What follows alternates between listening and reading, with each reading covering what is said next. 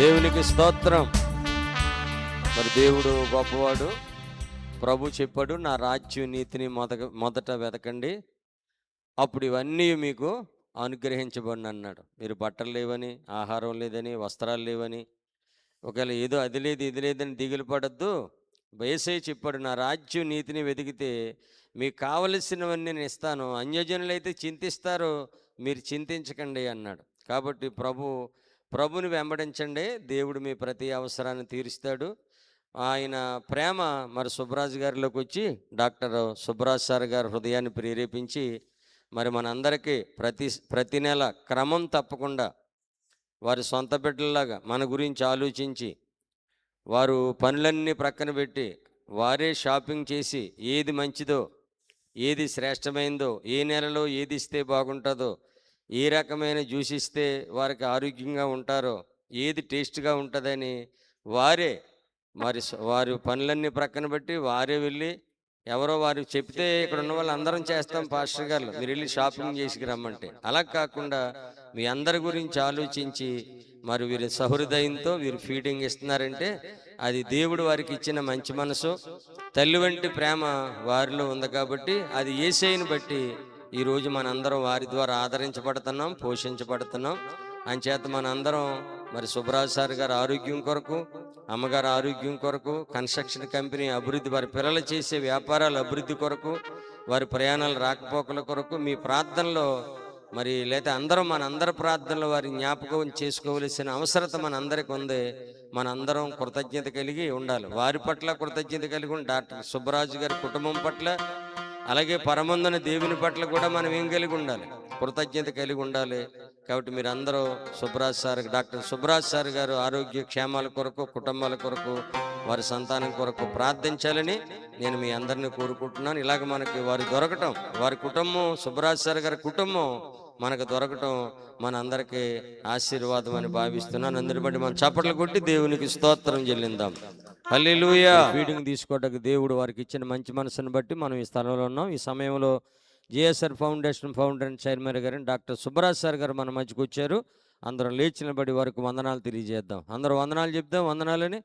అలాగే దైవజనులు మరి మన మధ్యకి మన ప్రియులు రెవరెండ్ డేవిడ్ అయ్య గారు షాద్నగర్ మన మధ్యకు వచ్చారు. వారికి మన అందరి పక్షంగా ఆహ్వానం తెలియజేస్తున్నాం. అలాగా అమ్మకి శ్రీమతి కమలా సుబ్బరాజమ్మ గారికి, ప్రమీలమ్మ గారికి కూడా మరి వందనాలు తెలియజేసుకుని మీ అందరి పక్షంగా మరి ప్రేమతో ఆహ్వానిస్తూ కార్యక్రమాన్ని మరి డాక్టర్ సుబ్బరాజు సార్ గారికి అప్పగిస్తూ ఉన్నాం. ప్రార్థన చేసుకుందాం. సైన్యములకు అధిపతి అయిన యెహోవా, నీ పరిశుద్ధ నామమును బట్టి వందనాలు, స్తోత్రములు చెల్లిస్తున్నాం తండ్రి. నీ దయగల నామమును బట్టి వందనాలయ్యా. జీవాధిపతి వందనాలు, అబ్రహాం తండ్రి వందనాలు, ఇస్సాకు దేవుడు వందనాలు, యాకోబు తండ్రి వందనాలు. ప్రభా, గత కాలమంతా రక్షించారు, కరుణించారు, కాపాడారు. ఎన్నో యాక్సిడెంట్లు, ప్రమాదాలు, అనారోగ్యాలు, వ్యాధులు, కష్టాలు, ఇరుకులు, ఇబ్బందులు, అపాయాలు, ఆపదల నుండి తప్పించి ఈ మార్చి నెలలో ప్రభా, కొత్త సంవత్సరం 2026 సంవత్సరంలో ప్రభా, మార్చి నెలలో మమ్మల్ని ప్రవేశపెట్టారు ప్రభా. ఈ లెంటి దినాల్లో మమ్మల్ని ప్రవేశపెట్టినందుకు వందనాలు, స్తోత్రములు చెల్లిస్తున్నాం తండ్రి. యెహోవా దయాళుడు, ఆయన కృప నిరంతరం ఉండను. యెహోవా దయాళుడు, ఆయన కృప నిరంతరం ఉండను. యెహోవా దయాళుడు, ఆయన కృప నిరంతరం మన మీద, మన కుటుంబాల మీద, మన బిడ్డల మీద, మన సంఘాల మీద, సంఘ బిడ్డల మీద ఉండను గాక. ప్రభా నా తండ్రి, ఈ దినం జరుగుతున్నటువంటి ఈ యొక్క ఫీడింగ్ కార్యక్రమంలోనే ఉండి మంచిగా జరిపించండి. వచ్చిన బిడ్డలందరూ కూడా ప్రభా ఆరోగ్యంగా ఉండాలి. అందరూ కూడా నిన్ను ప్రేమించే వారిగా ఉండాలి, భక్తి కలిగి ఉండాలి. నీ కొరకు త్యాగాలు చేయడానికి సిద్ధపడిన బిడ్డలుగా మమ్మల్ని అందరినీ ఆయుత్తపరచండి. వచ్చిన డేవిడ్ గారిని ప్రభా, వచ్చిన పాస్టర్ సమూహమును దీవించి ఆశీర్వదించండి. మా ఇంటి వారందరిపై నీ కనుదృష్టి ఉంచండి ప్రభా. ఇది మాది కాదు తండ్రి, మాది కాదు, నువ్వు ఇస్తున్నాం, మేము ఇస్తున్నాం అంతే. నాదేంటి, మేం కాదు ప్రభా.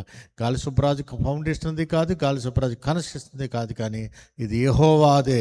యేసయ్య ఇచ్చాడు, మేము ఇస్తున్నాము. ఇది దేవుడి యొక్క ప్రసాదముగా. నా తండ్రి, ఇది నీ ప్రసాదం తండ్రి. వారందరూ నీ భక్తి శ్రద్ధలతో దీన్ని ఆచరించి ఎక్కడ దీన్ని దుర్వినియోగం చేయకున్నట్లుగా వారందరినీ ఆయుత్యపరిచి దీవించి కాపాడమని ఈ కార్యక్రమం అంతా నీ చేతులకు అప్పచెప్తూ సర్వలోక రక్షకుడు యేసయ్య నామమున అడుగుతున్నాను తండ్రి. ఆమేన్, ఆమేన్. అందరూ కూర్చోండి.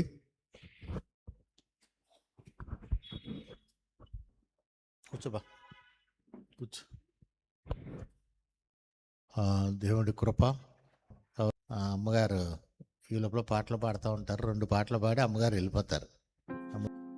నేను వెళ్ళే మార్గము నా యేసుకే తెలియును.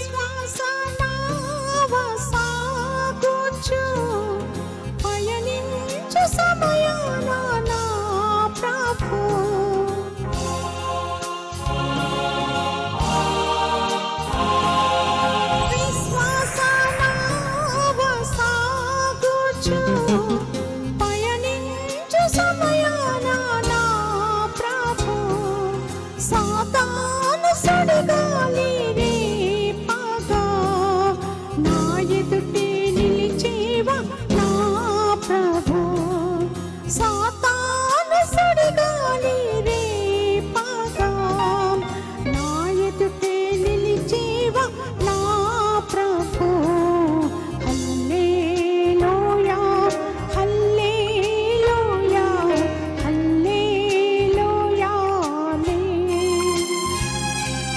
హల్లెలూయా హల్లెలూయా హల్లెలూయా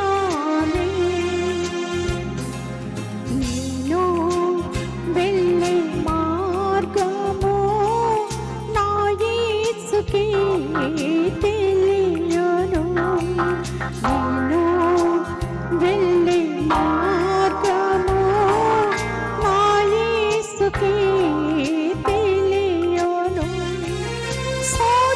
శోధించబడిన మీదట నేను సువర్ణమై మారేదను శోధించబడిన మీదట నేను సువర్ణమై మారేదను హల్లెలూయా హల్లెలూయా హల్లెలూయా హల్లెలూయా హల్లెలూయా హల్లెలూయా ఆమేన్.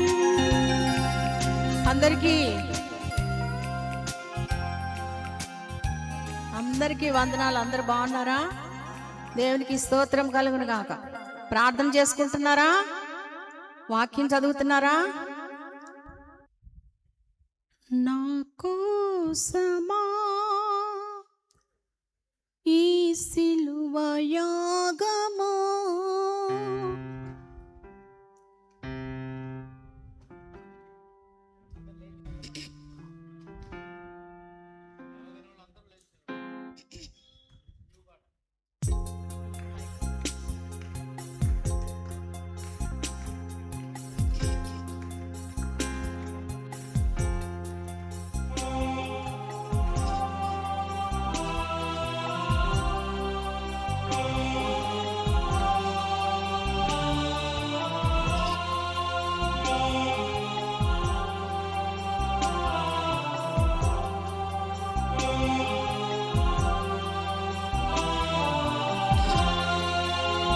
కోసమా ఈ సిలువ యాగము నా కోసమా ఈ సిలువ త్యాగము నా కోసమా ఈ సిలువ యాగము నా కోసమా ఈ ప్రాణ త్యాగము కల్వరిలో సిలువ నా కోసమా కల్వరిలో శ్రమలు నా కోసమా కల్వరిలో నా కోసమా కల్వరిలో సిలువ నా కోసమా నా కోసమా ఈ సిలువ యాగము నా కోసమా ఈ ప్రాణ త్యాగము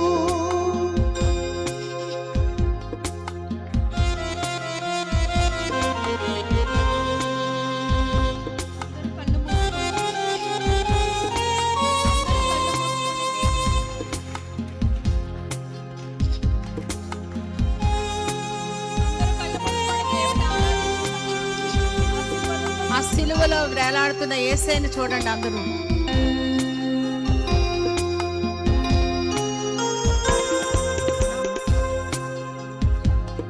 నా చేతులు చేసిన పాపానికై నా పాదాలు నడచిన వంకర త్రోవలకై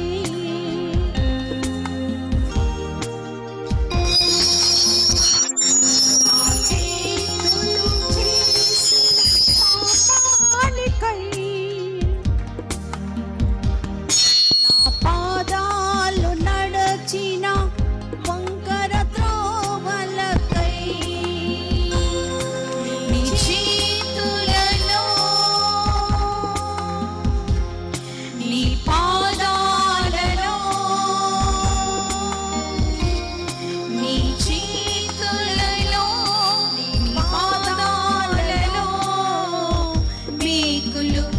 గుచ్చినారే నీ చేతులలో నీ పాదాలలో మీగులు గుచ్చినారే యేసయ్యా నాకై సహించావు యేసయ్యా నాకై భరించావు యేసయ్యా నాకై సహించావు యేసయ్యా నాకై భరించావు నా కోసమా ఈ సిలువ యాగము నా కోసమా ఈ ప్రాణ త్యాగము నా కోసమా ఈ సిలువ యాగము నా కోసమా ఈ ప్రాణ త్యాగము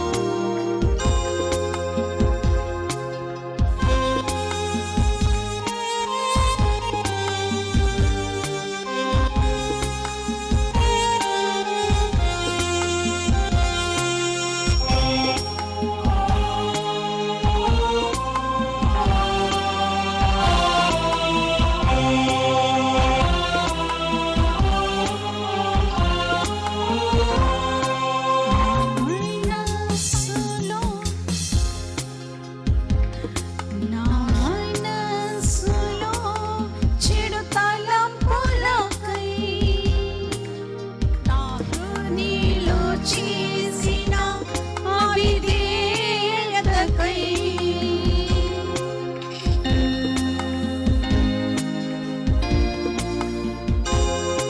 నా మనసులో చెడు తలంపులకై నా హృదయంలో చేసిన అవిధేయతకై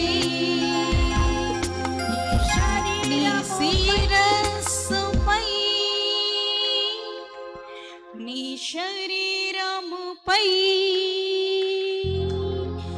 నీ శిరస్సుపై నీ శరీరముపై ముల్లని గుచ్చినారే నీ శిరస్సుపై నీ శరీరముపై ముల్లని గుచ్చినారే యేసయ్యా నాకై సహించావు యేసయ్యా నాకై భరించావు యేసయ్యా నాకై సహించావు యేసయ్యా నాకై భరించావు నా కోసమా ఈ సిలువ యాగము నా కోసమా ఈ ప్రాణ త్యాగము నా కోసమా ఈ సిలువ యాగము నా కోసమా ఈ ప్రాణ త్యాగము కల్వరిలో శ్రమలు నా కోసమా కల్వరిలో సిలువ నా కోసమా కల్వరిలో శ్రమలు నా కోసమా కల్వరిలో సిలువ నా కోసమా నా కోసమే ఈ సిలువ యాగము నా కోసమే ఈ ప్రాణ త్యాగము నా కోసమే ఈ సిలువ యాగము నా కోసమే ఈ ప్రాణ త్యాగము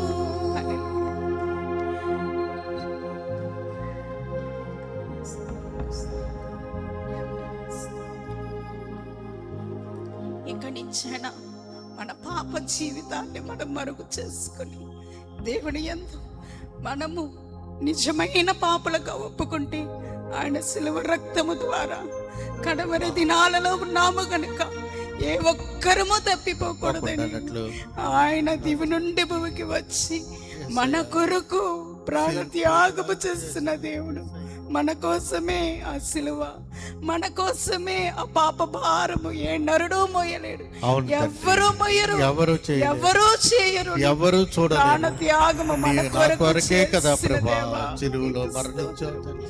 నా చేతులు చేసిన పాపాల కొరకు నీ మేకులు దిగినాయి అయ్యా. నా కాళ్ళతో చేసిన పాపకాల కొరకు మేకులుగా దిగినాయి అయ్యా. నా ఆలోచనలతో చేసిన పాపాల కొరకు ప్రభా నెత్తి మీద ముళ్ళ కిరీటం పెట్టినారయ్యా.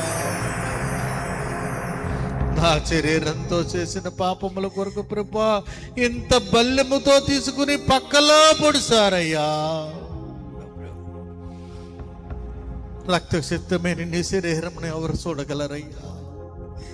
ఆ తండ్రి, ఆ మహాదేవుడు చూడలేకరా ప్రభా చీకటి కమ్మినట్లుగా చేయగలిగాడు ప్రభా. పగల ఎప్పుట చీకటి కలిగిందయ్యా. నీ మరణము ప్రభా ఈ లోకాన్ని వెలిగించిన కొరకు ప్రభా, ఈ లోకాన్ని బ్రతికించిన కొరకు, లోకమును పాపము నుంచి లేవనెత్తుట కొరకు ప్రభా, పాపమే విజయమును సంపాదించిన కొరకు నువ్వు సిలువలో మరణించావా తండ్రి. నా కొరకే కదా, నా కొరకే కదా. నేను చేసిన పాపాలే కదా ప్రభా. చూపులతో, తలంపులతో, ఆలోచనతో, శరీరంతో, శరీర వేచలతో, హృదయంలో చేసిన ప్రతి పాపమును బట్టి నువ్వు నలకొట్టబడ్డావయ్యా. నువ్వు నలకొట్టబడ్డావు ప్రభా. ఎవరు చేయగలరు తండ్రి ఆ మహాయజ్ఞము, యాగము? నా కొరకే కదా, నా కొరకే కదా యేసు. నన్ను రక్షించినందుకే కదా మీకు కృతజ్ఞతాస్తోత్రం చెల్లిస్తూ నా జీవిత కాలమంది ప్రభా నీకు రుణస్తుని ప్రభా, రుణస్తుని ప్రభా. మేమందరమును సర్వదా సర్వయాళ సర్వ సమయములందరూ నీకు రుణస్తులుగా జీవించే జీవితాలను, బ్రతుకులను మాకు దయచేయమని కోరుకుంటున్నామయ్యా. ఈ లెంటి కాలంలో ఈ శుక్రవార దినమందున ఈ విధంగా మీరు ఏర్పాటు చేసినటువంటి ఈ కార్యక్రమంలో ప్రభా మీరుండి నడిపించుకుంటున్నారయ్యా. నీ రక్తం అందరి మీద పోక్షించండి అయ్యా. యేసయ్యా, ప్రతి పాప నుండి మమ్మల్ని అందరూ విడుదల దయచేసి, యేసు రక్తము ప్రతి పాప నుండి విడుదల దయచేస్తాను చదివించావు. నీ రక్తమే మమ్మల్ని పోషించి, నీ రక్తంలో శుద్ధీకరించి, నీ రక్తమే మమ్మల్ని పవిత్రం చేయి, నీ రక్షణలో మాకు రక్షణ దయచేయమని కోరుతున్నాం ప్రభా. ఎప్పుడు పాపం చేయకున్నట్లుగా మేము పరిశుద్ధంగా జీవించరకు, పవిత్రంగా జీవించరకు, జ్ఞానంగా జీవించరకు, త్యాగంగా జీవించరకు నువ్వు మా పక్క నుండి నడిపిస్తున్న యేసయ్యా మీకే స్తోత్రములు చెల్లిస్తూ ఈ దినము ప్రభా మీరు చేసిన గొప్ప యాగమును బట్టి మరొక్కసారి మీ పాదాల చెంత ప్రార్థన చేస్తూ ఈ కార్యక్రమమును నీకు అప్పచెప్తున్నాం తండ్రి. ఆమేన్, ఆమేన్. డేవిడ్ గారు వాక్యం చెప్తారు 1/2 అవర్. ఆ తర్వాత డిస్ట్రిబ్యూషన్ ఉంటుంది. పాస్టర్ గారు షాద్ నగర్ నుంచి, మహబూబ్ నగర్ నుంచి మా బావగారు ఈయన మరి ఈరోజు వాక్యం చెప్పడానికి కేకేశాం. చేత అందరు తప్పలు కొట్టి దేవుని కనపరుద్దాం. సిలువులో ఏలాడుతున్న యేసుని చూద్దాము. ఆయన నోట ఏ మాట పెట్టారో, సిలువు గురించి చెప్తారో ఇంకేం చెప్తారో నాకు తెలియదు.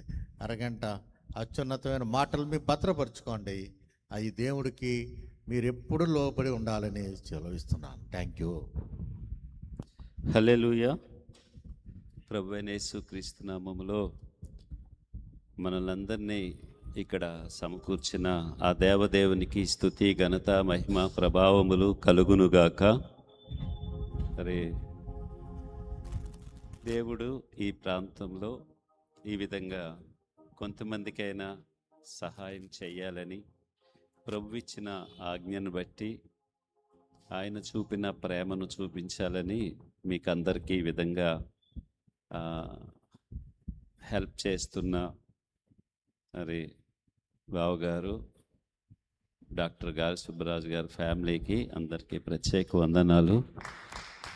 దేవుడు ఈ కుటుంబానికి ఇంకా దీర్ఘాయుష్నిచ్చి కృపాక్షేమములు ఇచ్చి తోడై ఉండి నడిపించును గాక.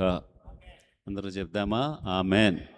నాతోటి దైవజనులందరికీ వందనాలు తెలియజేస్తున్నాను. అమ్మా మీకు అందరికీ వందనాలు. దేవుడు మిమ్మల్ని అందరిని దీవించును గాక. పరిశుద్ధ గ్రంథంలో మత్తయి సువార్త 11వ అధ్యాయము 28, 29 వచనాల్లో ఇలా వ్రాయబడి ఉంటుంది. ప్రయాసపడి భారం మోసుకొనుచున్న సమస్త జనులారా నా యొద్దకు రండి, నేను మీకు విశ్రాంతిని ఇస్తాను. నేను సాత్వికుడను దీన మనసు గలవాడను, నా కాడి మీ మీద ఎత్తుకునండి అని చెప్పారు. దేవుడు ఈ మాటలను దీవించునుగాక. దయచేసి దేవుడి మాటలు కొద్దిసేపు వినండి. దేవుని వాక్యం ఏముందంటే, దేవుడు మాటలు వినుట వలన విశ్వాసం వస్తుందట. ఇంకోటి ఏమంటాడంటే, దేవుడు మాటలు విని వాటిని అనుసరించి నడుచుకుంటేనంట భూమి మీదనున్న సమస్త జనముల కంటే నీవు హెచ్చించబడతావట. వింటేనే ఆశీర్వాదము. ప్రకటన గ్రంథంలో ఉంటుంది.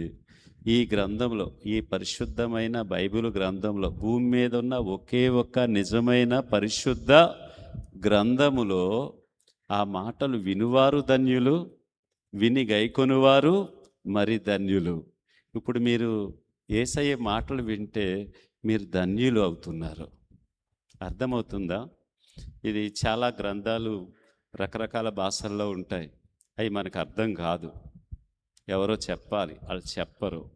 కానీ యేసయ్య చక్కటి తెలుగులో దేవుని వాక్యం ఇచ్చాడు. మీ అందరికీ న్యూ టెస్టిమెంట్ అందరి దగ్గర ఉన్నాయా? తీసుకోండి. మన దగ్గర ఉంటే ఇవ్వండి. ఏమ్మా బుజ్జి, ఉమా, న్యూ టెస్టిమెంట్లు ఇవ్వండి. క్రొత్త నిబంధన తీసుకోండి, బలవంతం లేదు. తీసుకుని చదవండి. చదవడం వలన మీకు విశ్వాసం వస్తుంది, ఆశీర్వాదం వస్తుంది. ప్రపంచంలో గొప్ప దైవజనుడు ఒక ఆయన ఉన్నాడు. ఆయన పేరు పాల్ యాంగిచో. ఆయన 2 సంవత్సరాల క్రితం 3 సంవత్సరాల క్రితం దేవుడి దగ్గరికి వెళ్ళిపోయాడు.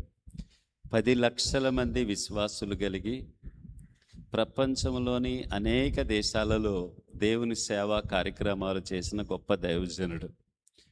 ఆయన సౌత్ కొరియాలో బౌద్ధ మతస్థుడు. సౌత్ కొరియా అనే దేశము, దాని క్యాపిటల్ సియోల్ అనే దేశం ఉన్నది. ఆ దేశంలో అందరూ బౌద్ధ మతస్థులే, 90%.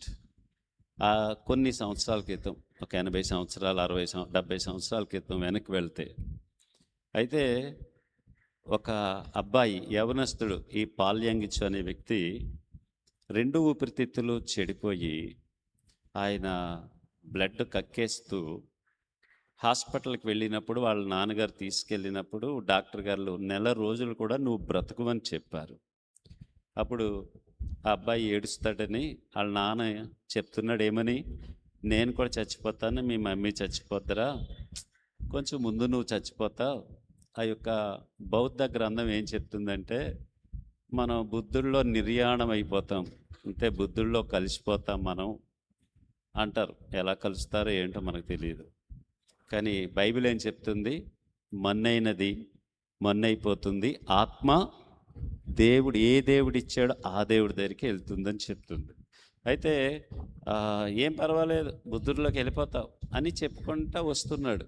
కానీ ఒక అమ్మాయి, ఆ క్రిస్టియన్ అమ్మాయి, ఒక అమ్మాయి కొత్త నిబంధన బైబిల్ని ఇచ్చి, అన్నా ఇది చదువు అని చెప్పేది. కిరస్తానోళ్ళ కుక్క, క్రైస్తవులు అంటే, నేను బౌద్ధ మతం, మాది ఈ మతం, మాది ఈ వంశం, నువ్వు కిరస్తానోళ్ళు అంటే క్రైస్తవులు, లేదంటే ఏదో ఒక తక్కువ జాతి, లేతే అమెరికా వాళ్ళు అని చెడ్డ అభిప్రాయాలు ఉన్నాయి ప్రపంచంలో అందరికీ. కానీ బైబిల్ చెప్తుంది యేసుక్రీస్తు అందరికీ ప్రభువు, సర్వలోకానికి. ఈయన ఒక అన్య కులంలోంచి వచ్చారు. ఇంకో ఇక్కడ కొంతమంది ఉన్నారు. అన్ని కులాలు, అన్ని మతాలకి దేవుడు యేసు ప్రభు. అందరూ ఆయన నమ్మవలసింది, అందరూ ఆయన పిల్లలమే. అయితే ఆయన నేను చదవను అన్నాడు, తీసిపాడే అన్నాడు. అయినా సరే ఆ అమ్మాయి విడిచిపెట్టకుండా 7 రోజులు వచ్చిందట అతని దగ్గరికి. 7వ రోజు తిడుతున్నా కూడా వచ్చి ఈ బైబిల్ చదవని చెప్తుంది. 7వ రోజున ఆమె కన్నీళ్ళు చూసి, ఈ పిల్ల వద్దు, తిడుతున్నా కూడా మానకుండా వస్తుంది అని, బైబిల్ అక్కడ పెట్టేలో అన్నాడు. బైబిల్ తెరిచి, ఒకవైపు దగ్గు, బ్లడ్ పడిపోతుంది, ఊపిరితిత్తులు 2 చెడిపోయినాయి. ఇది కథ కాదు, ఫ్యాక్ట్, నిజం. ఆయన బైబిల్ తెరిచి చదవడం మొదలుపెట్టాడు. యేసు ప్రభు వారి దగ్గరికి ఆయన శరీరధారిగా ఉన్న రోజుల్లో ఒక కుష్ఠరోగి వచ్చి ఆయనకి మొక్కి, ప్రభువా నీకు ఇష్టమైతే నన్ను శుద్ధినిగా చెయ్యగలవు అన్నాడు. అంటే ప్రభు ప్రేమతోటి ఆ కుష్ఠరోగిని ముట్టుకుని, నాకు ఇష్టమే, నువ్వు శుద్ధుడు కమ్ము అనగానే పసిపిల్లవాడి వంటి మంచి శరీరం ఆ అబ్బాయికి వచ్చేసిందండి. సంపూర్ణంగా మంచిగా అయిపోయాడు. అది చదివాడు. ఇంకా ఎన్నో గుడ్డోళ్ళు కళ్ళు ఇచ్చాడు, కుంటోళ్ళు కాళ్ళు ఇచ్చాడు. ఒక బాబు చచ్చిపోయి ఆ బాబు తండ్రి లేడు, తల్లి కష్టపడి పెంచుకుంటుంది. అయితే ఆ బాబు చచ్చిపోతే, మీ నాన్న లేడురా, నువ్వు లేవు, నేను ఇంకెవరికొరకు బతకాలని గుండెలు బాదుకుని ఏడుస్తూ శవాన్ని తీసుకెళ్తున్న టైంలో యేసు ప్రభువారు అక్కడికి వచ్చి, ఏడవద్దమ్మా అని చెప్పి ఆ చిన్న బాబుని ముట్టగానే వాడు టక్కుమని లేచాడండి. ఎంత గొప్ప దేవుడు మాట! కన్నీళ్లు తుడిచే దేవుడు, స్వస్థపరిచే దేవుడు. మరి మా నాన్నగారిది ఈ ఊరే, మేమందరం దగ్గర ఫ్యామిలీ ఫ్రెండ్స్. వినాయకుడి గుడి ఉంది ధవళేశ్వరంలో, చూసారా? దాని మీద శీలం శెట్టి వీరాస్వామి దంపతులతో పునర్నిర్మించబడిందని ఉంటుంది. అది మా నాన్నగారే మా తాతగారి పేరుని కట్టించారు. అది మా నాన్నగారు అంతగా సొంత డబ్బులతో ఆ గుడి కట్టించారు. వీళ్ళ నాన్నగారు ఈయన చాలా కార్యాలు చేసేవారు. వీళ్ళ నాన్నగారు గాలి గోవిందరావు గారు, పేరే గోవిందరావు గారు. కానీ మా నాన్నగారికి వీపు మీద గెడ్డొచ్చి చచ్చిపోయే పరిస్థితి వచ్చింది. డాక్టర్స్ తీసుకెళ్ళిపోయి చచ్చిపోతారన్నారు. ఆ టైంలో మా నాన్నగారు అక్క పాస్టర్ గారు ధవళేశ్వరంలో ఉన్నారు, యేసుదాస్ గారు అని, ఇప్పుడు లేరు. ఆయన్ని తీసుకొచ్చి ప్రార్థన చేస్తే మా నాన్నగారు మనసులో అనుకున్నారు, మాట్లాడే ఓపిక లేదు, ఆల్మోస్ట్ చచ్చిపోయే పరిస్థితిలో. నేను బ్రతికితే, నేను హాస్పిటల్ నుంచి ఇంటికి, వీపంతా కుళ్ళిపోయింది, మొత్తం కోసేశారు. ఇంకా నేను ఇంటికి వెళ్తే దేవుడిని నమ్ముకుంటాను అనుకున్నారు. నిజంగా మా నాన్నగారిని దేవుడు అద్భుతంగా స్వస్థపరిచాడు. మా నాన్నగారు వినాయకుడి గుడి కట్టించారు. మీరు కావాలంటే పేర్లు ఉన్నాయి చూడండి. శీలం శెట్టి వీరాస్వామి, మా తాత పేరు, ఆ పేరే నాకు పెట్టారు. సో మా నాన్నగారు అలా మారారు, బావగారు వాళ్ళు ఇలా మారారు. ఎందుకు? మేమందరము యేసయ్యని నమ్ముకుంటాం. ఆ బౌద్ధ మతస్థుడు ఎప్పుడైతే బైబిల్లో ఉన్న యేసు ప్రభు గ్రంథాన్ని చదవగానే ఆయనకి దగ్గు ఆగిపోయింది. ఆయన అన్నాడు, ప్రభువా, కుష్ఠరోగిని స్వస్థపరిచే, చచ్చిపోయిన బాబుని బ్రతికించే, గుడ్డోళ్ళు కళ్ళు ఇచ్చావు కదా, నాకు కూడా మంచిగా చేయవు తండ్రి అని ప్రార్థన చేయగానే రాత్రికి రాత్రే ప్రభు ఆయన్ని తాకాడు, అతడు మంచిగా అయిపోయాడు. మంచిగా అయిపోవడమే కాదు, ఈ రోజున కొరియా దేశం క్రిస్టియన్ కంట్రీగా ఉందంటే ఆయన సాక్ష్యం ఇచ్చి పాస్టర్గా మారిపోయి, దేవుడు నా జీవితంలో అద్భుతం చేశాడు, 2 ఊపిరితిత్తులు చెడిపోయినాయి కానీ కొత్త ఊపిరితిత్తులు ఇచ్చాడని ఆయన దేవుడి సేవ చేస్తే ఈ రోజున కొరియాలో 10 లక్షల మంది మారిపోయారండి. అనేక సంఘాలు ప్రపంచం అంతటా జరిగింది. ఆ కొరియా దేశానికి కూడా నేను వెళ్ళాను. ఆ 10 లక్షల మంది సంఘం, ఆ బౌద్ధ మతస్థులు అందరూ యేసయ్యని నమ్ముకున్నారు. నేను మత ప్రచారం చేయట్లేదు, దేవుడు ప్రేమను చెప్తున్నాను. ఏ కులమైనా, ఏ మతమైనా, ఎంత ఘోర పాపి అయినా ఆయన పొమ్మనడు. ఆయన ఏమంటున్నాడు? ప్రయాసపడి భారం మోసుకొనుచున్నా సమస్త జనులారు నా యొద్దకు రండి. ఏ కులమైనా, ఏ మతమైనా, ఏ భాష అయినా, రేపొద్దున దేవుని రాజ్యంలో కూడా, పరలోక రాజ్యం గురించి కూడా బైబిల్లో ఉన్నది. బంగారపు రోడ్లు, బంగారపు బిల్డింగులు, దేవుడు, మహిమగల దేవుడు. అక్కడ ప్రతి జాతి ప్రజలు, ప్రతి మతస్థులు, ప్రతి వంశం వాళ్ళు, ప్రతి ఒక్కళ్ళు కలిసి యేసయ్యని ఆరాధిస్తూ ఉంటారట. హల్లెలూయా! మీరందరూ కూడా ఆ పరలోక రాజ్యంలో ఉండాలి. అందుకొరకే యేసు ప్రభు ఈ లోకానికి వచ్చి మనల్ని పరలోకం తీసుకెళ్ళడానికి ఆయన శిలువ త్యాగం చేశారు. యేసు ప్రభు నా యొద్దకు రండి అంటున్నారు. ఆయన ఇన్విటేషన్ ఇస్తున్నారు, సర్వలోకానికి ఇన్విటేషన్ ఇస్తున్నారు. ఏమండి, ఎవరైనా వస్తారంటే ఇంటికి భయపడిపోతారు, కానీ యేసయ్య రమ్మంటున్నాడు. మళ్ళీ ఇంకేమంటాడంటే, నా యొద్దకు వచ్చేవారిని నేను ఎంత మాత్రమూ త్రోసివేయడట. ప్రయాసపడి భారం మోసుకొనుచున్నారు కదా. చాలా రకరకాల భారాలతో మనం ఉన్నాం. ప్రయాసపడి భారం అంటే ఏమిటి? అనారోగ్యం అనే భారంతో ఉన్నావు, ఆర్థిక సమస్యలు, అప్పులతో అనే భారంతో ఉన్నావు. నీ కుటుంబంలో నీ భర్త తాగొచ్చి నేను కొడుతున్నాడు, లేకపోతే నీ భార్య నీ మాట వింటలేదు, లేకపోతే యవనస్తులని మీ పిల్లలు మీ మీద తిరుగుబాటు చేస్తున్నారు. ఈ కుటుంబ సమస్యలనే భారం, అప్పులనే భారం, అనారోగ్యం అనే భారం, మనశ్శాంతి లేని ఈ లోకం అండి. ఈ భారాలన్నిటికన్నా ఇంకో గొప్ప భారం ఉంది. అదేంటి తెలుసా? పాప భారము. ఈ అన్ని భారాలు పోవాలంటే యేసయ్య దగ్గరికి రావాల్సిందే. There is no way except Jesus. యేసయ్యే. నేను చెప్తున్నాను మనస్ఫూర్తిగా, ప్రేమతో 2 చేతులు జోడించి చెప్తున్నాను మీకు. నీకు ఏ భారం ఉందో, ఏ భారమైనా ప్రభు పిలుస్తున్నాడు. నేను మోస్తాను కదా నీ భారం, నీ పాప భారాన్ని మోస్తాను, నీ యొక్క అనారోగ్యాన్ని మోస్తాను, నీ అప్పులు కష్టాలు దేవుడు చేస్తాడంతే. మనం నమ్మాలి, విశ్వాసంతో ఆయన దగ్గరికి వెళ్ళాలి. యేసయ్య దగ్గరికి మనం వెళ్ళినప్పుడు ఆయన ఎవరినే త్రోసివేయడట. ఆయన మనల్ని స్వస్థపరుస్తాడు. మా నాన్నగారిని స్వస్థపరిచాడు, ఆయన యొక్క అనారోగ్యాన్ని తొలగించాడు. సో బైబిల్ గ్రంథంలో యేసు ప్రభు వారు ఈ లోకానికి వచ్చారు. ఇందాక మా చెల్లి పాట పాడింది. ఆ శిలువ త్యాగం కొరకు యేసు ప్రభుని 1 తక్కువ 40 కొరడా దెబ్బలు కొట్టారు. అంటే ఆ కొరడా కట్ట 9 బంచెస్ ఉంటాయి, 9 గుత్తులు ఉంటాయి. ఒక్కొక్క గుత్తికి 9 మేకులు ఉంటాయట. అలాంటి 9 × 9 81 మేకులు గుచ్చుకుపోతాయి ఆయనకి. 81 మేకులు కొట్టువారికి తన వీపును అప్పగించాడట. కసాయి వాని ఎదుట గొర్రె మౌనంగా భరించినట్లుగా యేసయ్య మన కొరకు ఆ దెబ్బలు భరించాడు. ఎందుకో తెలుసా?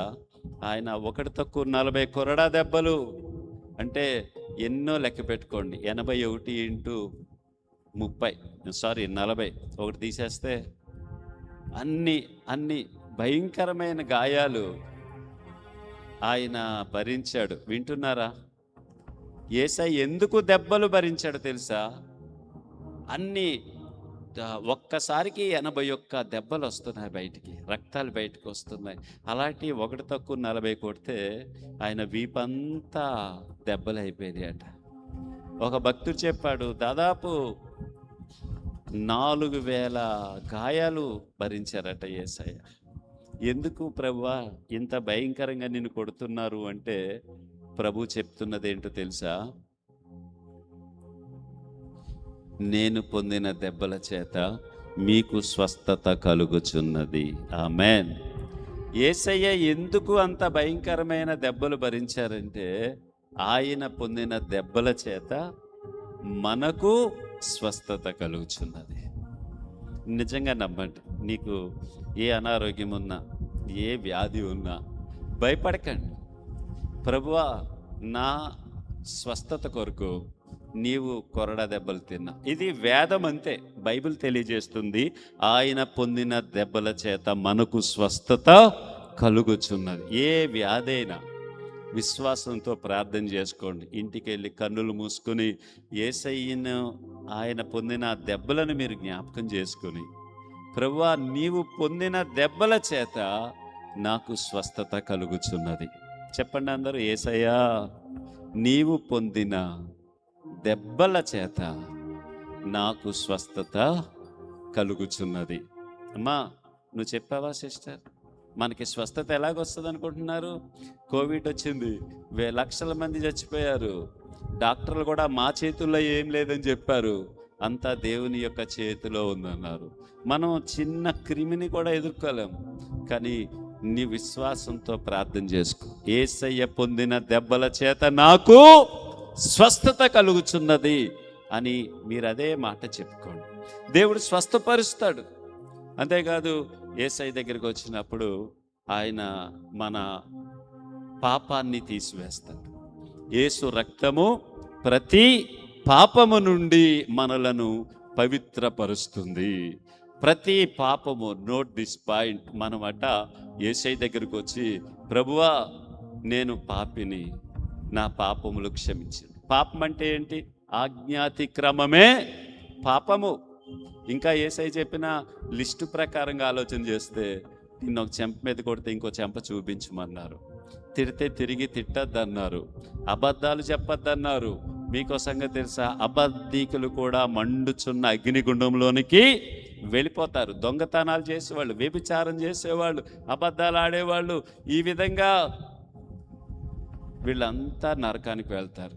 మీకు ఇంకో మాట చెప్పాలి, నరకం ఉన్నది, పరలోకం అంటే స్వర్గము, దేవుడుండే రాజ్యం ఉంది.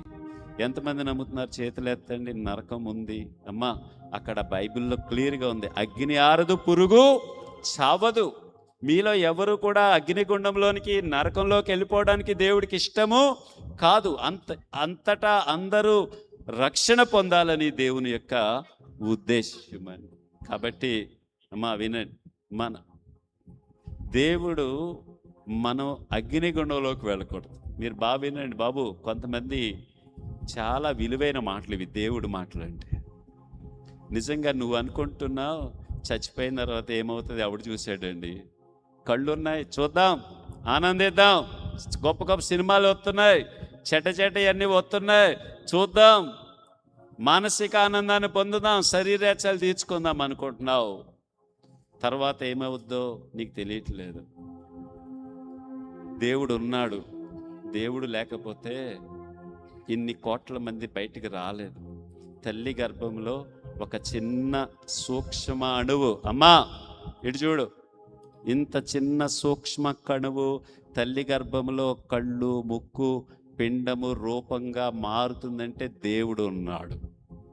నువ్వు ఉదయాన్నే సూర్యుని చూస్తున్నా, సాయంకాలం అస్తమిస్తున్నాడు, రాత్రి పగలు తరతరాలుగా జరుగుతున్నాయంటే దానికి అదే రావట్లేదు. అవి ఖచ్చితంగా దేవుడు ఉన్నాడు, వాటిని నియంత్రిస్తున్నాడు.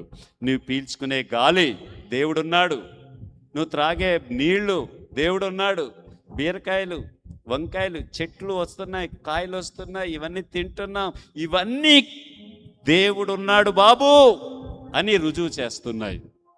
ఆ దేవుడిని నువ్వు తెలుసుకుని మంచిగా నమ్ముకోకపోతే ఖచ్చితంగా నరకం ఉన్నది. దేవుడు చేసిన నీవు దేవుడికి ఇష్టంగా జీవిస్తే, ఆ నిజదేవుడిని తెలుసుకుంటే నీవు పరలోకం వెళ్తావు. యేసు ప్రభు చెప్పాడు, నరకం ఉన్నది, పాపంలో జీవించకండి, నా యొద్దకు వస్తే నేను మీకు విశ్రాంతినిస్తాను. అంటే నీ పాప భారం పోయి నువ్వు చనిపోయిన తర్వాత నీ ఆత్మను దేవదూతలు వచ్చి పరలోకానికి, యేసయ్య దగ్గరికి తీసుకెళ్తారు.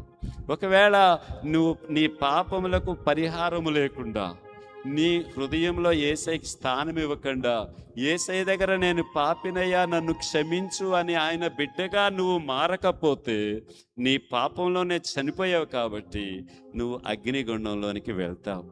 అక్కడ అగ్ని ఆరదు, పురుగు చావదు. నమ్మండి, ఇది అబద్ధం కాదు, ఇది సత్యం. అనవసరంగా మీలో ఎవరు అగ్నిగుండంలోకి వెళ్ళొద్దు. ఇప్పుడు ఎండాకాలం వస్తుంది, ఎండను తట్టుకోలేకపోతున్నాం మనం. రేపొద్దున అగ్నిగుండంలో ఎలా తట్టుకుంటావు? ఇంకా అక్కడ మరణం ఉండదు, చచ్చిన తర్వాత కూడా శరీరాలు ఉంటాయి, కష్టం అనుభవిస్తూ ఉంటావు, మరణం రాదు. నరకంలో కాలుతూ ఉంటావు కానీ మరణం రాదు. చాలా భయంకరంగా ఇవి చూసి వచ్చిన వాళ్ళు కూడా అనేక గ్రంథాల్లో తెలియజేశారు. కాబట్టి నీ పాపం అనే ఆ భారం ఎలా పోతుంది? యేసు ప్రభువారు ఈ లోకంలోనికి దేవుడు మానవుడిగా వచ్చాడు, పాపము లేకుండా పుట్టాడు. అందరూ అమ్మ నాన్నలు, భార్య భర్తల సహవాసం ద్వారా పుడతారు. కానీ దేవుడు పాపం ఎరుగని, పురుషుడంటే ఎరుగని కన్యకలోకి ప్రవేశించాడు. హల్లెలూయా. అంటే పాపము లేకుండా పుట్టాడు. తర్వాత 33.5 సంవత్సరాలు పాపము లేకుండా జీవించాడు. తర్వాత ఆయన పాపం లేని పవిత్రమైన, నిష్కళంకమైన, నిర్దోషమైన రక్తాన్ని మన కొరకు చిందించాడు. అమ్మా, షర్టులకి, చీరలకి ఉండిన మురికి పోవాలంటే సబ్బు, సర్పు వాడతాం. శరీరానికి మురికి పోవాలంటే సోపులు, కుంకుడుకాయలు వాడతాం. కానీ నీ ఆత్మలో నీ పాపము, నీ జన్మ పాపము, నీ కర్మ పాపము, తర్వాత నీ పితరుల నుంచి మానవుడి మీద 3 పాపాలు ఉంటాయండి, గుర్తుపెట్టుకోండి. మొదటిది, ఈ లోకంలో మనం జన్మతః పాపులం, పుట్టుకతోటే తల్లి గర్భంలో నుండే నువ్వు పాపంతో వచ్చావు, బైబిల్ తెలియజేస్తుంది. సో రెండవది, మనకు తెలిసిన దగ్గర నుంచి అనేక పాపాలు చేశాం. అంటే కర్మ పాపాలు, జన్మ పాపాలు. ఇవి కాకుండా బైబిల్ ఏం తెలియజేస్తుందంటే, మన పితరులలో 3-4 తరాల్లో ఎవరైనా అత్యంత కిరాతకుడు, దుర్మార్గుడు ఉంటే 3-4 తరాల శాపము, పాపము మన మీదకి వస్తుందట. కాబట్టి మనలో ఉన్న పాప భారము 3-4 తరాల్లో నీ పితరుల పాపం నీ మీద ఉండి ఉండొచ్చు. గుర్తుపెట్టుకోండి. చాలామందికి ఈ విషయం తెలియదు. అది అందరికీ ఉంటుంది అంటలేదు నేను. దేవుడు అన్నాడు, నన్ను ప్రేమించే వారినట 1000 తరాలు కరుణిస్తాడట. హల్లెలూయా. 1000 తరాలు. సుబ్బరాజు గారు, మా చెల్లి, ఈ కుటుంబం దేవుడి కార్యాలు చేస్తున్నారు. దేవుడిని ప్రేమించి 1000 తరాలు దేవుడు మిమ్మల్ని దీవించునుగాక. కానీ ఈ దేవుణ్ణి ద్వేషించి నరబలు లాంటి హేయమైన క్రియలు చేసే దుర్మార్గులు ఎవరైనా ఉంటే, నరబలు అంటే మనుషుల్ని చంపేసేలాంటి పాపాత్ములు, కిరాత్ములు ఉంటారు ఎక్కడైనా. అలాంటి వాళ్ళు కనుక ఉంటే వాళ్ళ పాపాలు 3-4 తరాలు వాళ్ళ పిల్లల మీదకి వస్తాయట. గమనించండి. భారం అంటే చెప్తున్నాను, నీ మీద నీ పితరుల పాపం అనే భారం ఉండొచ్చు. నువ్వు జన్మతః వచ్చిన పాపం అనే భారం నీ మీద ఉంది ఖచ్చితంగా. తర్వాత నీకు బుద్ధి తెలిసిన తర్వాత నువ్వు తెలిసి తెలియక చేసిన ప్రతి పాపము, ఒక స్త్రీని మోహపు చూపుతో చూస్తేనే ఆమెతో పాపం చేసినట్టు. నువ్వు ఒక పురుషుణ్ణి మోహపు చూపుతో చూస్తేనే అతనితో పాపం చేసినట్టు. నువ్వు అబద్ధం ఆడితే పాపం చేసినట్టు. దొంగతనాలు చేస్తే, చిన్న దొంగతనం కావచ్చు, పెద్ద దొంగతనం కావచ్చు, పాపము. ఈ పాపాల రాశి, పాప భారంలో నువ్వు ఉన్నావు. జన్మ పాపము, కర్మ పాపము, పితరుల నుంచి వచ్చిన దోషం ఒకవేళ ఉంటే ఇదే నీ భారం. ఈ పాప భారంలో ఉన్న నీవు, ఈ పాప భారం ఎలా పోతుంది? షర్ట్ల కంటిన మురికిపోతుంది, గిన్నెల కంటిన మురికిపోతుంది, శరీరానికి కంటిన మురికిపోతుంది సోపది పెడితే. కానీ నీ యొక్క జన్మ పాపం అనే ఇంటర్నల్ సిటీ, లోపలున్న పాపం ఎలా పోతుంది? నీ కళ్ళతోటి స్త్రీలను ఎలా చూస్తున్నావు, పురుషుల్ని ఎలా చూస్తున్నావు, ఎలా చూసావు. నేను కూడా చూశాను ఒకసారి, యేసయ్యని ఎరగక ముందు. అది పాపం. దానివల్ల వచ్చే జీతం మరణం. నువ్వు నరకానికి వెళ్తావు. ఈ వస్తువులు ప్రాధాన్యత కాదండి, ఇవి దేవుని ప్రేమ. దేవుడు ఆయనకి ఇచ్చేడిస్తున్నాడు. కానీ నీ ఆత్మ చచ్చాక నువ్వు నరకానికి వెళ్ళకూడదు.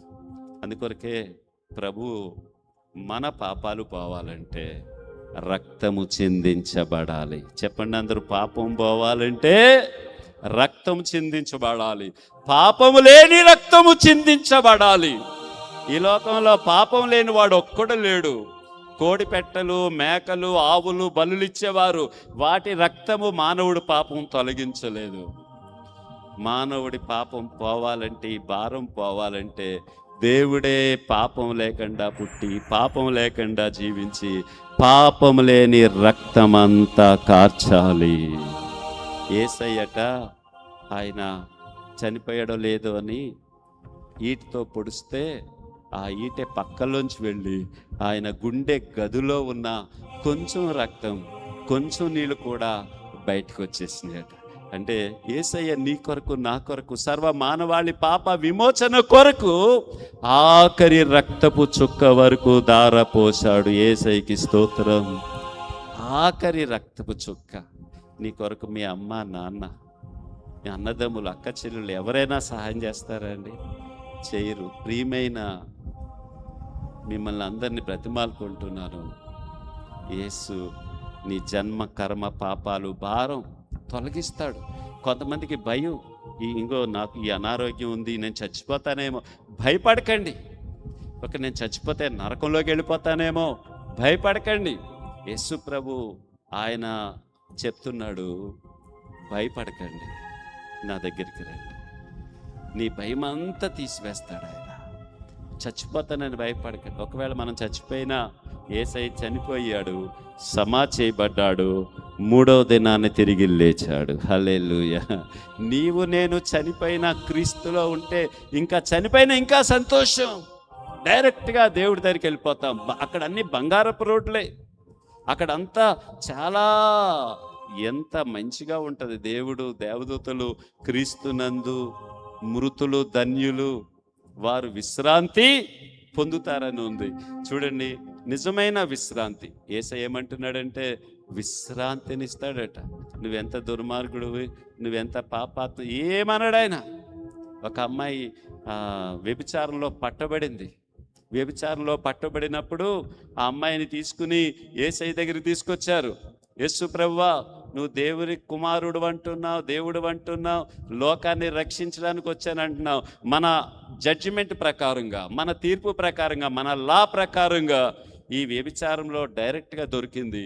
రాళ్ళతో కుట్టి చంపేలా ఊరవతల తీసుకెళ్ళి అని నువ్వేం చెప్తావు? ఈ అమ్మాయిని రక్షిస్తావా లేకపోతే చంపేయమంటాడా అని ఆయన మీద నేరం మోపాలని ప్రయత్నం చేశారు. ప్రభు ఏమన్నారు తెలుసా? మీలో పాపం లేనివాడు మొదటి రాయ వెయ్యండి. అమ్మా అమ్మా వింటున్నాదేమిటి? దేవుడే వింటున్నారమ్మా? పడుకోకండి. ఈ మాటలు యేసయ్య మాటలట నిత్య జీవానికి తీసుకెళ్తాయట. యేసయ్య ఒక్క మాట చాలు, వినండి. సో యేసయ్య ఆ అమ్మాయి వాళ్ళతో చెప్పాడు, మొదట రాయి పాపం లేనివాడు వేయండి, తర్వాత అందరూ వేయచ్చు అన్నారు. కానీ ఒక్కడు కూడా పాపం లేనివాడు అక్కడ లేడు. ఆయన క్రింద వ్రేలితో రాస్తున్నాడట. ఏదో రాస్తున్నాడని రాయబడి ఉన్నది. బహుశా నేను అనుకుంటున్నాను, ఎవడైతే రాయి వేయడానికి వస్తే వాడి పాపం కనబడేలాగా ప్రభువు చూపిస్తున్నాడు అక్కడ. సో అందరూ రాళ్ళు విడిచి వెళ్ళిపోయారు, ఆ అమ్మాయి మాత్రం కనబడింది. ఏడుస్తుంది, నేను ఎందుకు పాపం చేశాను, వాడు పారిపోయాడు, నన్ను బుక్ చేశారు వీళ్ళు, ప్రభువా ఇప్పుడు నన్ను రాళ్ళతో కొట్టి చంపేస్తారు. ఏడుస్తుంది పాపం. ప్రభు ఆమెను చూచి, ఎవరు నీకు శిక్ష విధింపలేదా? విధించలేదయ్యా, నేను నిన్ను శిక్ష విధించను. శిక్ష విధించాలంటే ఆయనకే అధికారం ఉంది, క్షమించాలంటే ఆయనకే అధికారం ఉంది. యేసయ్య శిక్ష విధించడానికి రాలేదు, శిక్ష తాను భరించి మనకి విడుదల ఇవ్వడానికి వచ్చాడు ఆయన.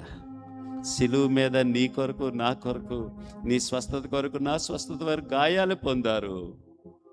సిలువ మీద రక్తమంతా కార్చాడు, ఎందుకంటే మన పాపాలు తీసివేయడానికి.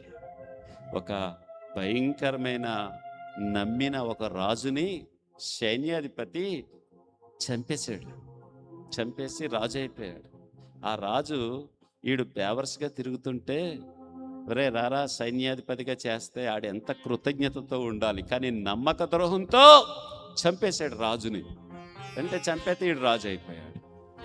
కానీ రాత్రి మాట కలలోకి వచ్చేస్తున్నాడు వాడు. ప్రాణ స్నేహితుడిగా భావించి మంచి సైన్యాధిపతిగా చేస్తే ఇంత నమ్మక ద్రోహం ఆడి పాపం వాడిని పట్టుకుని పీడించేస్తుంది. నిద్ర పడతలేదు, అన్నం తినలేకపోతున్నాడు, నిద్ర పడతలేదు, అన్నం తినలేకపోతున్నాడు, చచ్చిపోయిన స్నేహితుడే గుర్తొచ్చేస్తున్నాడు, అతని పాపం అతన్ని వెంటాడుతుంది. ఆ రాజును చంపిన కత్తిని తీశాడు, తళతళ మెరుస్తుంది, చాలా నీట్గా ఉంది, చిన్న రక్తపు మరక లేదు, శుభ్రం కడిగేశారు దాన్ని. కానీ ఆ పాపం అనే రక్తపు మరక పోవట్లేదు అతనిలోంచి. ఇది ఎలా పోతుంది ఈ పాపం అని ఆఖరికి పిచ్చోడైపోయి చచ్చిపోయాడు అతడు. కానీ యేసయ్య, నీవు నేను ఎంత ఘోర పాపలమైనా, ఎంత పాపం నిన్ను కలవర పెడుతున్నా, ఇదిగో యేసయ్య దగ్గరికి వచ్చి, ప్రభువా నేను పాపిని, నువ్వు దేవుడువు, నువ్వు నా కొరకు చనిపోయావు అని నమ్ముతున్నా, నీ రక్తంలో నన్ను కడుగు. చెప్పండి అందరూ, ఈ రక్తంలో నన్ను కడుగు అంటే యేసు రక్తము ప్రతి పాపము నుండి మనల్ని పవిత్రపరుస్తుందట. ఎంత ఘోర పాపే! ఆ రక్తం చిందించింది యేసయ్య ఒక్కడే. ఆయనే నిజమైన దేవుడు, ఆయనే నిత్య జీవము, ఆయనే పాప క్షమాపణ. దేవుడి దగ్గరికి వస్తే నీ రోగాలకి నుంచి విశ్రాంతి, నీ అప్పులు భారాలు. నాది ఈ ఊరే, చెప్పాను కదా, మా నాన్నగారు చనిపోయిన తర్వాత నాకు చెల్లుంది, 5 తమ్ముళ్ళు ఉన్నారు, ఈ భారం అంతా నా మీద పడింది. పాత పెంకిటిల్లు మిగిలింది, మా నాన్నగారు మా ఇల్లు బిల్డింగ్ అన్నీ అమ్మేశారు. ఆ టైంలో అప్పటికే నా భార్య దేవుణ్ణి నమ్ముకుంది, వీళ్ళ చెల్లి. అప్పుడు ఇద్దరం కలిసి నేను కూడా తాగేవాడిని, తిరిగేవాడిని, పాప క్రియలన్నీ చేసేవాడిని. దేవుడి కృప నా మీదకి వచ్చింది. నేను యేసయ్య దగ్గరికి వెళ్ళి, ప్రార్థన చేసుకోవడం మొదలుపెట్టాను. చెల్లికి పెళ్లి చేయాలి, తమ్ముళ్ళు చూడాలి, ఏమి డబ్బులు లేవు, ఆస్తి లేదు. ప్రార్థన చేసుకుని వ్యాపారం చేశాను. దేవుడు నన్ను వెంటనే కొన్ని లక్షల డబ్బులు నాకు ఇచ్చేసాడు దేవుడు. ఎలాగిచ్చాడు? వ్యాపారం. బావగారు వాళ్ళు వ్యాపారం చేస్తుండే, మా నాన్నగారు వ్యాపారం, కాంట్రాక్టులు. వీళ్ళ నాన్నగారు మా నాన్నగారు ధవళేశ్వరంలో పెద్ద కాంట్రాక్టర్లు. వీళ్ళ నాన్నగారు కారులో తిరిగారు ఫస్ట్, మా నాన్నగారు బుల్లెట్ మీద తిరిగేవారు. దేవుడు దయ, మేమిద్దరం దేవుడిని నమ్ముకున్నాం. మీరు కూడా నమ్ముకోండి అమ్మా, ఇంకా నమ్ముకున్న వాళ్ళు ఉంటే. మీ కాళ్ళు పట్టుకున్నా యేసయ్యకి నీ హృదయం ఇవ్వు. ఆయన ఏమీ అడగట్లేదు. ఆయన నీ కొరకు పరలోకాన్ని విడిచి భూలోకానికి వచ్చి దెబ్బలు భరించి రక్తమంతా కాచి ప్రాణం పెట్టి తిరిగి లేచాడు దేవుడు. కాబట్టి ప్రపంచంలో అన్ని శవాలు కుళ్ళిపోయినాయి, కానీ యేసయ్య మరణాన్ని జయించాడు, సమాధిని జయించాడు, పాపాన్ని జయించాడు. త్వరలో నీ కొరకు రానయ్యి ఉన్నాడు. నమ్మినోళ్ళకేమో స్వర్గం, నమ్మనోళ్ళకేమో నరకం. నమ్మకపోవడం తప్పు నీదే అవుతుంది. సో మా నాన్నగారు నన్ను, దేవుడు నన్ను ఎంతగానో దీవించాడు. ఎక్కడ 10,000 కాంట్రాక్ట్ గురించి ఆఫీస్కి వెళ్తే 50,000 కాంట్రాక్ట్లు, 50 లక్ష కాంట్రాక్టులు, అలాగలాగ దేవుడు నన్ను ఎంతగానో దీవించాడు. తర్వాత ప్రభు నన్ను సేవ చేయని చెప్పాడు. ఈ ధవళేశ్వరంలో చాలా సంఘాలు ఉన్నాయి, ఇక్కడ చేయను ప్రభు, ఎక్కడికన్నా సువార్త లేని చోట వెళ్తానంటే షాద్ నగర్ అని కళ్ళు ముందు దేవుడు చూపిస్తే వెళ్ళాను. బావగారు చెల్లి నన్ను ఎంతగానో ఎంకరేజ్ చేశారు. మాలో ఒకడు, మా రక్త సంబంధీకుడు సేవకు వెళ్తున్నాడని అప్పటి నుంచి ఎంతో ఎంకరేజ్ చేస్తున్నారు. దేవుడు ఎంత గొప్పవాడు తెలుసా? ఈ రోజున ఆ తెలంగాణ ప్రాంతంలో వేల మంది రక్షణ పొందారు. హల్లెలూయా. బంజారా ప్రజలు మారిపోతున్నారు, త్రాగుబోతులు మారారు, వ్యభిచారులు మారారు. అసలు ఏ మాత్రం సంస్కారం లేని వాళ్ళు బిల్డింగ్లు కట్టుకున్నారు. ఇప్పుడు వాళ్ళ పిల్లలు సాఫ్ట్వేర్ ఇంజనీర్లు అయ్యారు. నాకైతే ప్రభు ఎంత గొప్ప దేవుడు నాయన. ఎంత చిన్న మురికివాడలు గుడారాల్లో ఉండేవాళ్ళు యేసయ్యని నమ్ముకుని ఈ రోజున కోటీశ్వర్లు అయిపోయారు. వాళ్ళ పిల్లలు సాఫ్ట్వేర్లు అయిపోతున్నారు, ఫారెన్ వెళ్తున్నారు. సో దేవుడు నన్ను అక్కడ పంపించాడు, ఆయన కృప. నా కుమారుడు అమెరికాలో పెద్ద చదువు చదువుతున్నాడు, ఆల్రెడీ పాస్టర్, బీటెక్ ఎన్నో చదువుకున్నాడు. మా అమ్మాయి డాక్టర్, మా అల్లుడు పెద్ద డాక్టరు, వాళ్ళకి 2 బిడ్డలు. దేవుడు చేసిన కార్యాలు. నువ్వు ఏ భారంతో ఆయన దగ్గరికి రా, నీ భారం తొలగిస్తాడు ఆయన. దీనికి మేము అందరము సజీవ సాక్షులము. యేసు నమ్మదగిన దేవుడు. నీవు ఏ భారంతో ఉన్నా, ప్రభువా నా సమస్య ఇది, నా భారం ఇది, నా ప్రాబ్లం ఇది, కరుణించయ్యా అంటే అసలు నీ తల్లి, తండ్రి, అన్నదమ్ములు, అక్క చెల్లి ఎవరు సహాయం చేయలేరు, కానీ యేసు సహాయము చేస్తాడు. I will give you full assurance. అబద్ధమాడుటకు ఆయన నరుడు కాడు, దేవుడు అన్యాయస్తుడు కాదు. నా యొద్దకు రండి, నేను మీకు విశ్రాంతిని ఇస్తాను అన్నాడు. అంతే, నువ్వేం చేయక్కర్లేదు, ఆయన దగ్గరికి వెళ్ళడమే అంతే. He will give you rest. పాప భారం నుంచి తొలగిస్తాడు, తొలగించి నీకు విశ్రాంతిని ఇస్తాడు. ప్రభునందు మృతి నొందిన మృతులు ధన్యులట, వారికి విశ్రాంతి అట, పరలోకంలో సంతోషంగా ఉంటారట. సో యేసయ్య ఇచ్చే విశ్రాంతి ఈ లోక సంబంధమైన అన్ని సమస్యల నుంచి విశ్రాంతి, శాంతి, నెమ్మది, ఆరోగ్యం అన్నీ ఇస్తాడు ఆయన. అలాగే నువ్వెప్పుడు చనిపోయినా యుగయుగాలు నరకంలో కాలవలసిన మనము యుగయుగాలు ఇంకా మరణం ఉండదు, యేసయ్యతో ఉంటామట. నమ్ముతున్న వాళ్ళు హల్లెలూయా చెప్తారా? దేవుడు రాజ్యం ఇలాగుంటుందట. అక్కడంతా బంగారపు రోడ్లు, చక్కటి జీవవృక్ష ఫలాలు, అక్కడ ఎండ ఉండదు, వాన ఉండదు, ఆకలి ఉండదు, దప్పిక ఉండదు. అక్కడ కోట్ల కోట్ల భక్తులు అందరూ ఉండడానికి దేవుడట ఒక వజ్రాలతో, బంగారంతో, ముత్యాలతో బిల్డింగ్లు కట్టాడు. ఆయన ఆల్రెడీ కడుతున్నాడు. యేసయ్య బిడ్డలందరిని అందులో పెడతాడట. 2250 కిలోమీటర్ల పొడవు, వెడల్పు. అక్కడ ఆకలి ఉండదు, దప్పిక ఉండదు, అక్కడ తలనొప్పి ఉంటుంది, కుంటోళ్ళు ఉండరు, ఏ వ్యాధి ఉండదు. దేవుడు, ప్రజలు, యేసయ్య, మనుష్యులు, యేసయ్య, దేవుని రాజ్యము మనతో నిండిపోతుందట. హల్లెలూయా. మీరందరూ, నేనందరం, అమెరికా వాళ్ళు, లండన్ వాళ్ళు, అన్ని పంజాబ్ వాళ్ళు, ముస్లిమ్స్, సిక్కు మతస్థులు అందరూ యేసయ్యని నమ్ముకున్న వాళ్ళు అందరూ పరలోకంలో ఉంటారట. దేవుని నివాసము మనుష్యులతో నిండిపోయిందట. అప్పుడు ఎవరైనా మా బావగారు లాంటి వాళ్ళు, నీవు లేక నేను, ప్రభువా ఏంటి ఈ బంగారపు రోడ్లు ఏంటి, దేవుణ్ణి చూడడం ఏంటి, ఇంత సంతోషం ఏంటి అని ఆనందం తట్టుకోలేక కళ్ళం పట్టు నీళ్ళు వస్తుంటే ప్రభు వచ్చి, భూలోకంలోనే నీకు ఈ కష్టాలు, నా దగ్గరికి వచ్చేసావు కదా నా బిడ్డ, నా కుమారుడు, ఇంక నీ కష్టాలు లేవు, నీకు శ్రమలు లేవు, నీకు వ్యాధి లేదు, ఇంకా బాధ లేదు, నాతో సంతోషంగా ఉండు అని నీ కళ్ళ కన్నీటి బిందువులు తుడుస్తాడట. దేవునికి స్తోత్రం. సో మీరందరూ, దేవుడు పిలుస్తున్నాడు. ఆయన పిలుస్తున్నప్పుడు వద్దనకూడదు, మనం ఆయన దగ్గరికి రావాలి. ఆ పరలోకపు విశ్రాంతిలో మనం ఉండాలి. ఈ ప్రయాస అంతా దాని కొరకే. దేవుడు పిలుపుని మనం కాదనుకున్నాం అనుకోండి, మనదా బాధ, వాళ్ళు దేవుడిదా చెప్పండి. సో దేవుడు పిలిచాడు, ఆయన పిలుస్తున్నాడు. 2 చేతుల్లో మేకులు కొట్టబడ్డాయి. ఎందుకో తెలుసా? మనం చేతులతో చేసిన పాపాలకి. ఆ రోమా సైనికులట ఈ అడావుల్లో యేసు ప్రభు 2 పాదాల మీద 7.5 అంగుళాలు పొడవు ఉంటాయదట, స్టీల్ నెయిల్స్. దాని మీద పైన రోమా సింబల్ ఉంటుంది. ఒక సిలువ మీద చంపడానికి 4 మేకులు ఇస్తే ఒక మేకు కనబడలేదట. యేసయ్య ఎంత ప్రేమ గలవాడంటే అతన్ని బాధపడద్దని 2 కాళ్ళు ఒక పాదం మీద ఒక పాదం పెట్టి మేకు కొట్టమన్నారట. ఆయన చనిపోయేటప్పుడు కూడా ఆ యొక్క సిపాయిని కాపాడాడు. తర్వాత యేసయ్యని ఒకడు పొడిస్తే ఆ రక్తము నీళ్లు కలిసి అతని ముఖం మీద పడితే వాడికి రాత్రి మాటలు కళ్ళు కనబడవట, రేచీకటి. వాడు కళ్ళు కనబడి యేసయ్య దేవుడు అని చెప్పేస్తున్నాడు. ప్యాషన్ ఆఫ్ క్రైస్ట్ అని యేసు ప్రభు సిలువలో పడిన శ్రమలు ఒక సినిమా తీశాడు. ప్రపంచంలో గొప్ప ఉజ్జీవం వచ్చేసింది ఆ సినిమా. యేసయ్యని ప్రార్థన చేసుకుంటున్నారు, ఆయన చెమట రక్తంగా కారిపోయింది, బలవంతంగా పట్టుకుని తీసుకెళ్ళిపోయినతో స్టార్ట్ అవుతుంది.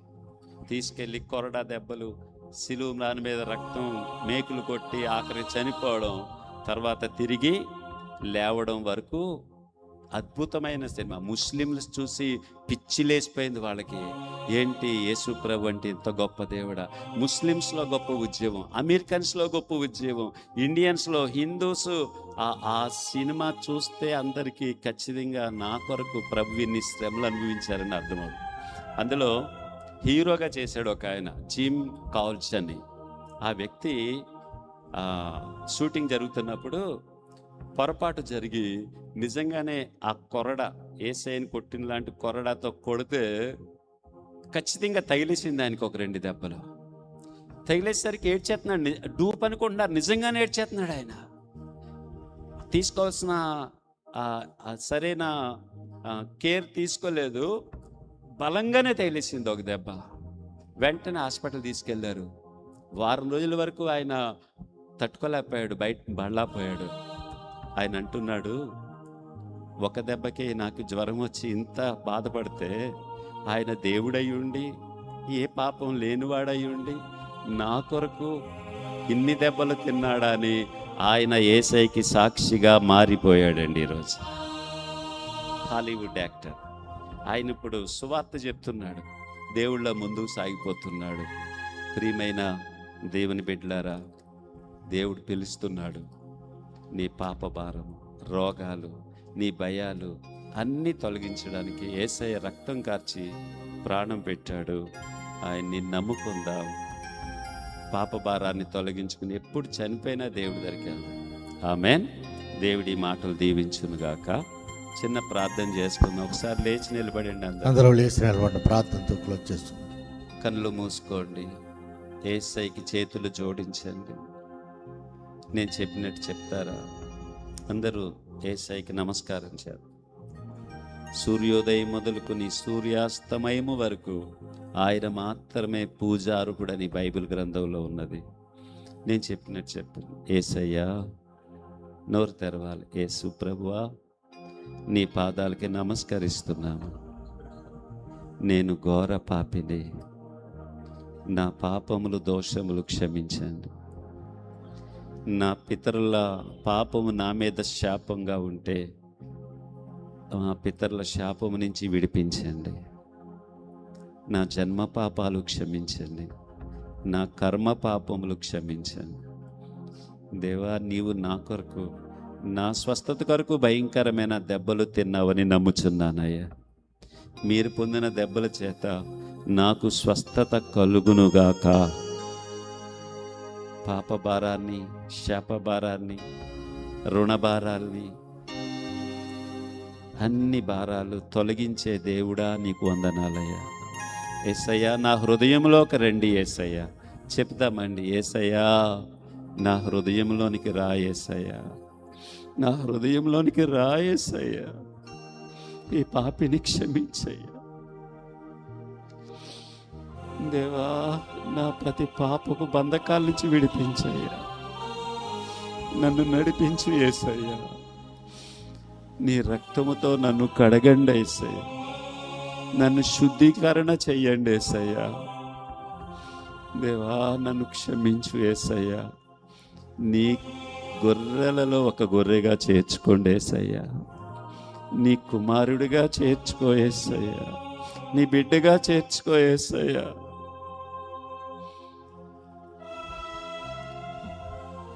ప్రభువా, ఎవరైతే ప్రార్థన చేసుకున్న వాళ్ళందరినీ నువ్వు క్షమించినందుకు వందనాలు.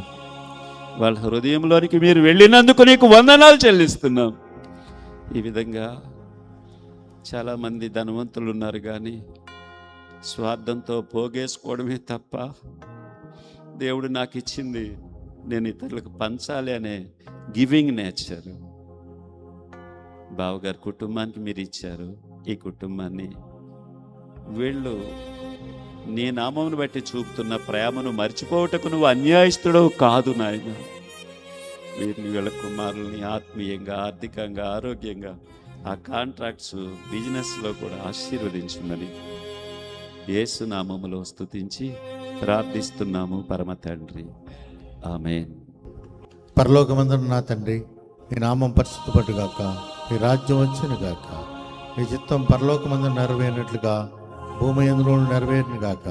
మనుదిన ఆహారం నేడు మాకు దయచేయడి. మరి అపరాధములు చేసిన వారిని మేము క్షమించున్న ప్రకారం మా అపరాధాలు మమ్మల్ని క్షమించము. శోధనల నుండి కాక కీడును తప్పించము. రాజ్యము, బలము, శక్తి, మహిమ నిరంతరం నీవే తండ్రి. ఆమేన్. మన తండ్రి అయిన దేవుని ప్రేమ, ప్రభువైన యేసు క్రీస్తు వారి కృప వెంబడి కృప, పరిశుద్ధాత్మ దేవుని అన్యోన్య సహవాసము, ఆయన ఇచ్చే ఆదరణ, ఆశీర్వాదము మనందరికీ తోడై ఉండునుగాక. ఆమేన్. సేవకులకు, వారి కుటుంబాలకి తోడై ఉండునుగాక. ఆమేన్. ఇక్కడికి వచ్చినటువంటి ఇక్కడ ప్రతి ఒక్కరిని ప్రభు స్వస్థపరచునుగాక. ఆత్మరక్షణ దయచేయునుగాక. ఆమేన్. వీటిని చేస్తున్న బావగారి కుటుంబాన్ని ప్రభు కృపతో జ్ఞాపకము చేసుకొనుగాక. ఆమేన్. యేసు రక్తమే జయం, శిలువ రక్తమే జయం, ప్రభు యేసు నామమే సంపూర్ణ విజయం. హల్లెలూయా. చెప్పాలందరూ హల్లెలూయా, హల్లెలూయా, హల్లెలూయా. గాడ్ బ్లెస్ యు అందరూ. సిలువరక్తధారాలు ప్రవహించుచున్నవి. ఎవరైనా దానిలో మునిగిన శుద్ధి నొందేదారు. నీ నామమున నేనే రోగదన్ ఈశో నా కోరాకు. నీ నామమున నేనే రోగదన్ ఈశో నీ కోరాకు. సిలువలో నా బలియాయె నన్ను రక్షింపాను.